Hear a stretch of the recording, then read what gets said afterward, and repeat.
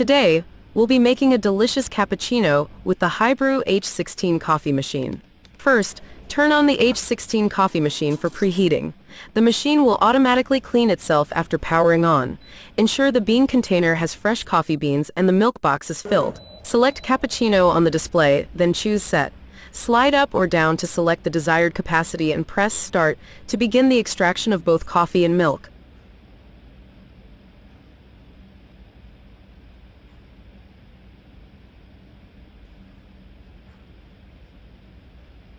Wait for the process to complete. Enjoy your creamy, perfectly blended cappuccino made with the HiBREW H16 automatic coffee machine.